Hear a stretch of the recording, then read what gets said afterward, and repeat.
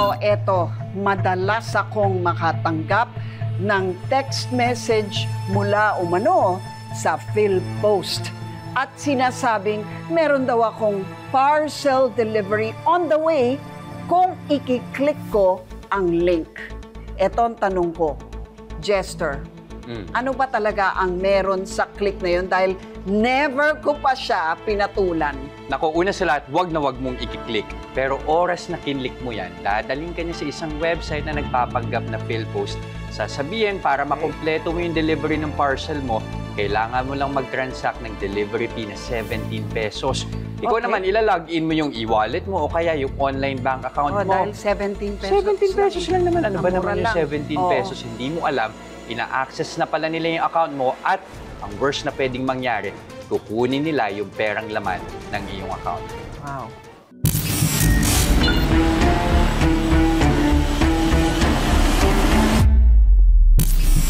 Nakilala ko ang isang electrical engineer na itinago ko sa pangalang Mike. 5 taon na siyang OFW sa Japan, pero naka-indefinite leave siya sa trabaho habang nagbabakasyon dito sa Pilipinas. Nagbakasyon ako dahil hindi okay yung health ko lately. So I decided to go for long vacation. Dahil nga naghinay-hinay siya sa trabaho, ginagamit muna ni Mike ang ipon niya sa bangko.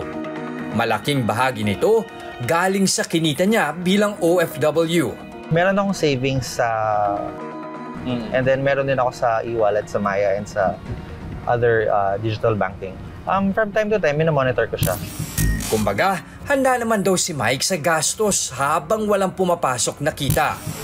Pero may hindi siya napaghandaan noong gabi ng May 27. Merong isang very unfortunate thing that happened. It was a long day, pagod ako sa household chores, and like, sakto, nagsiset up ako ng bed, naka-receive ako ng text from an unknown number from PhilPost. It was the second time na na-receive ko yun. You have a package that has arrived at the post office. Due to special items and documents, we need to confirm the delivery time with you.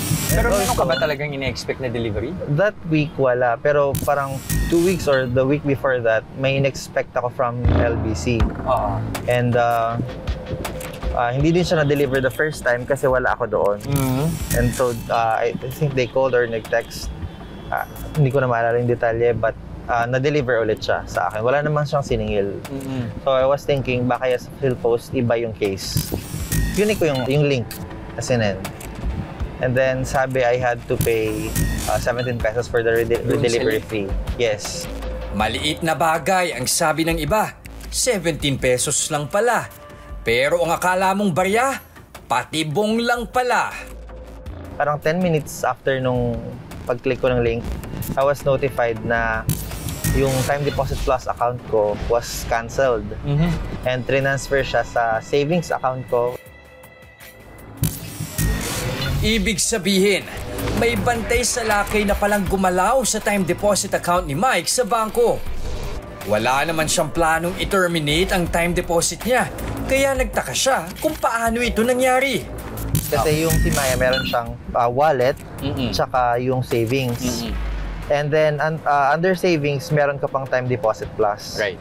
So, kinancel niya si Time Deposit Plus, nilagay niya sa savings. Biglang nawala ang antok ni Mike. Bukod kasi sa nakapagtatakang termination ng time deposit niya sa bangko, hindi na rin niya ma-access ang digital bank na may lamang ₱250,000. Nung nag-login ako, iba na yung password. And then, try ko retrieve ang password sa forgot password. Sabi nila, sinend na nila yung reset instructions sa ibang email. Sa ganitong email. Oh, and that's not your email. No way! Walang ibang pinagsuspetsahan si Mike kundi ang 17 pesos na umanay PhilPost redelivery fee. Paano nila napasok yung iyong e-wallet account? Doon sa kinlik ng link, ano ba yung mga pinagawa sa'yo? Nilagay ko, since like kung mas madalas ko gamitin yung Maya, e-wallet, yun ang nilagay ko. So, ano yung mga kinailangan mong nilagay ko yung login credentials ng Maya account mo? Yes. Okay. Thinking na pag nilogin mo, mababayaran na yung 17 pesos. Yes. Budol alert! Mag-ingat sa pag-click ng mga link. Lalo na yung mga website na nanghihingi ng personal information. Maaari yang magamit ng mga scammer para ma-access ang pera mo sa bangko o sa e-wallet. Naano ko yung OTP, parang siguro dahil sa pagod, hindi ko na siya napansin, hindi na ako focus, gusto ko na lang matulog. Sabi ko, pag ako matulog, isettle ko na muna to. Okay. And then, OTP, and then... May dumating na message sa'yo ng OTP Yes. for the payment. Saan mo kinailangan i-input yung OTP number? Doon sa PhilPost link. Yes. Nagpanik na si Mike dahil maaari nang magamit ng mambubudol ang pera niya pambayad o pambili ng kung ano-ano online. Every second counts. So, kinancel niya si Time Deposit Plus, nilagay niya sa savings. And then, from savings, I think trinay niya to wallet. Doon siya nag-purchase. Para siyang nakipagkarera sa scammer. Nasa kabilang linya na ang customer service ng bangko nang malaman niya ang kinahinatnan ng kanyang pera. Hindi siya nakaubos. Meron siyang iwan na around 312,000. Nung nawala ng antok ko, like, siguro dahil nataranta ako doon, kung di ako nag-respond kaagad, nalima siya. Pero ang bad news, malaking halaga ang nakulimbat ng kawatan. So magkano lahat yung nawala sa'yo? 280,000. Ang ninakaw na pera kay Mike, ibinili ng kawatan ng cryptocurrency. Nabiktima si Mike ng smishing scam. Kombinasyon ito ng mga salitang SMS at phishing. Isang uri ng panloloko sa SMS o text kung saan gagamitan ng phishing link ang biktima para makuha ang personal na impormasyon at ma-access sa mga bank account. Parang sequel na pala ang nangyari kay Mike sa PhilPost text scam story. Bago pa kasi siya mabiktima, nabudol na ang nakilala kong data analyst na si Janice. Sa isang text din na galing sa nagkunwaring PhilPost, nagsimula ang lahat. Before, automatic ini-ignore ko lang yung mga ganong text. And then, since nga na-curious ako sa status ng delivery ng national ID ng father ko, I tried to look in my inbox. And then, nakita ko may isang text doon about PhilPost. Then, na-curious ako.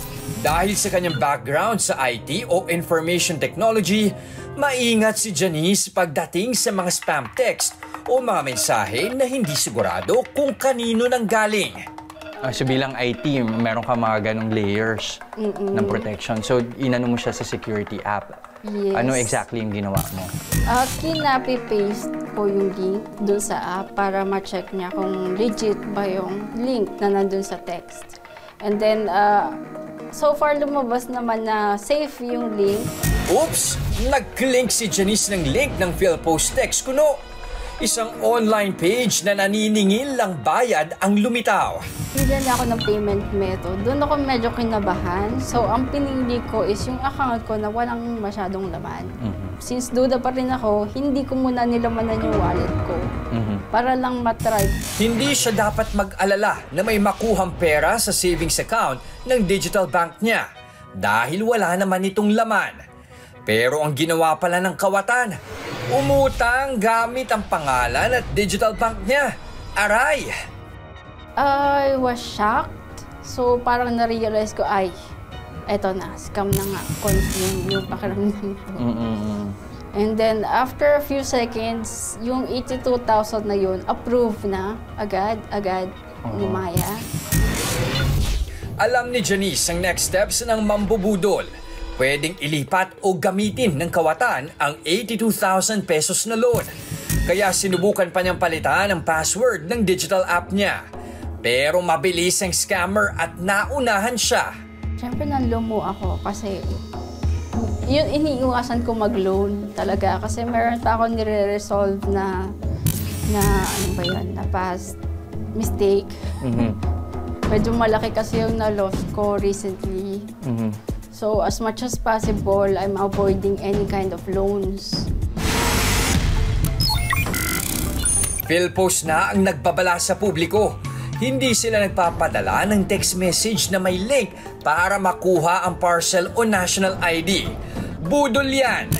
The national ID is being delivered on a door-to-door basis. We don't have that capability to look for that kind of scam kasi minsan nakikita namin siya ibang numero Pero tumatalon siya after a few, iba na naman yung numero na ginagamit niya. It came from another country. Marami pang hindi masyadong bihasa o pamilyar sa paggamit ng digital banking app o kahit e-wallet. Kaya halos linggo-linggo kaming nakakatisod na mga kwentong biktima ng mga mambubudol sa mga platform na ito. Paulit-ulit naming paalala mga kapatid, huwag basta maglagay ng OTP sa mga kahina-hinalang website, lalo na kung rumirekta iyan sa e-wallet o digital banking app. Yung OTP naman natin, may expiry date yan. May expiry period yan, no? So whether 2 minutes, 5 minutes, depende po, no? Once mabigay mo yan, yung fraudster, mabilis rin umaksyon. Meron din tayong mga fraud detection tools, malalaman natin, no? So kailangan nila unahan yun. Kaya mabibilis po sila gumalaw. Pagpasok nyo, pag nakuha na yung personal information nyo, ang tinatawag na ho natin doon, account takeover. No? So yung fraudster or yung scammer, nakuha na yung, siya na yung may-ari ng account mo, may access na siya. Kasi meron na siya nung, again, username or yung account number mo and then yung password. At binigay mo yung OTP. So siya na yung may-ari. Ngayon, kung anong gusto yung gawin dun sa account na yun, nagagawa niya na. So pati yung kasama nung pag-cancel ng time deposit. Tiniyak naman ng digital banking app na Maya na sasagutin nila ang mga tanong ng mga kliyente sa mga ganitong pangyayari. 2 araw hanggang 2 linggo ang itinatagal ng pagresolba sa mga kaso. Gumagawa rin daw sila ng hakbang para mas maging secured ang pera ng mga kliyente. Ang pinakamabilis po niyan is may live chat po kami via app. Secure din yon. No? Meaning, ang kausap mo na doon, since nasa app rin namin yung channel, ang makakausap niyo dyan, taga-Maya rin. Authorized na taga-Maya, sigurado na. So, yun yung pinaka-secure na channel po namin. Meron din po kaming hotline. Usual, tatawag ko kayo. May makakausap kayong agent para i-report ang iyong concern. Makikipag-ugnayan na rin daw sina Mike at Janice sa Maya para sa mga susunod na hakbang. Si Mike, magsisimula na raw ulit bumalik paunti-unti sa trabaho para makabawi sa nawalang ipon. Si Janice naman, tipid-tipid muna sa gastos para mabayaran ang perang nabudol sa kanya.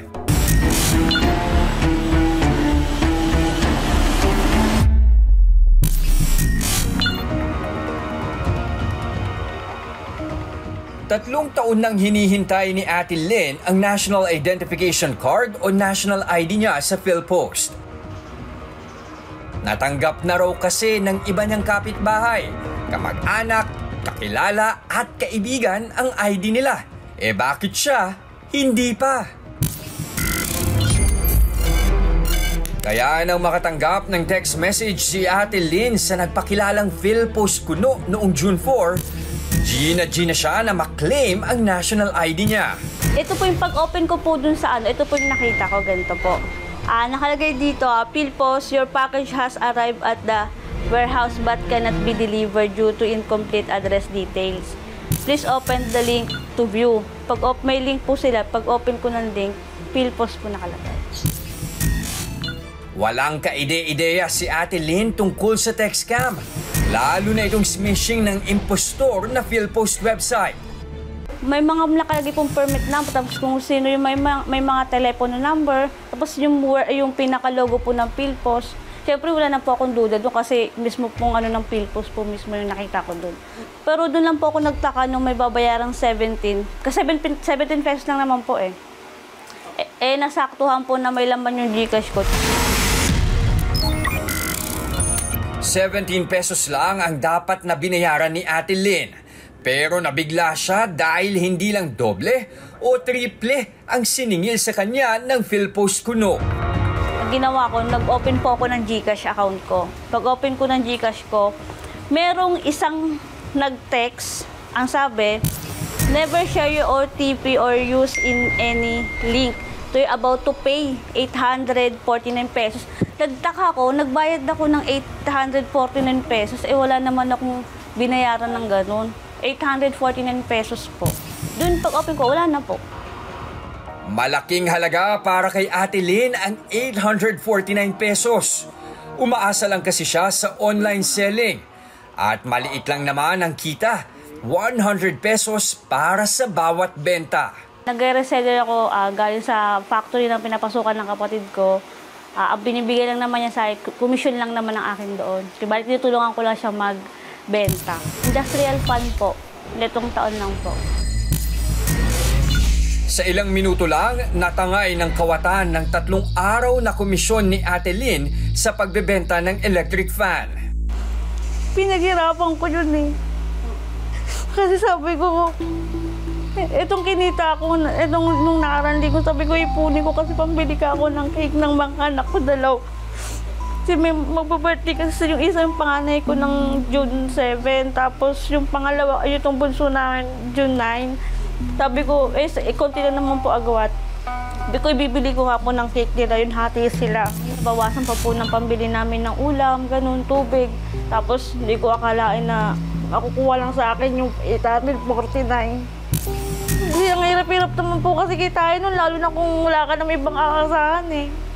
Di ba po? Sabi ko, first time pa lang naman niya mag-birthday ng may gano'n, na may handa. Sabi ko na wala pa. Samantalang yung kumuha, wala man lang kahirap-hirap. Ang mas masaklap, napunta pa pala sa online gambling o sugal ang pera ni Ate Lynn. Iyon kasi ang lumabas sa e-wallet record niya. Nalungkot akong malaman na hindi na nabawi ni Ate Lynn ang pera niya. Ibinahagi raw niya ang kwentong ito para na rin hindi na magkaroon ng mga biktimang tulad niya. Paano nga ba ang proseso para ma-verify kung may parcel o package ka sa PhilPost? Kung talagang totoo na meron kang inaasahan din talaga na pakete or parcel, pwede din yung national ID, meron din yun sa website na nakalagay, Postal Track and Trace. Makikita mo rito, i-visit mo lang, kailangan mo lang i-enter yung tracking number, whether it be for express mail or air mail, at makita mo ron doon, matatrack mo na kung nasaan na yung inaasahan mong pakete. Para lang mas secured ka rin, doon ka na sa official website magpunta. Para sa mga budol report na hindi na-aaksyonan ng e-wallet o digital banking app, pwede ring makipag-ugnayan sa Bangko Sentral ng Pilipinas o BSP Consumer Assistance. Tandaan, sinasamantalaan ng mga scammer ang mga oras na tayo'y abala, pagod at wala sa focus. Huwag natin silang payagan na lagi tayong maisahan. At ito ang aking budol alert. Ako si Jess De Los Santos.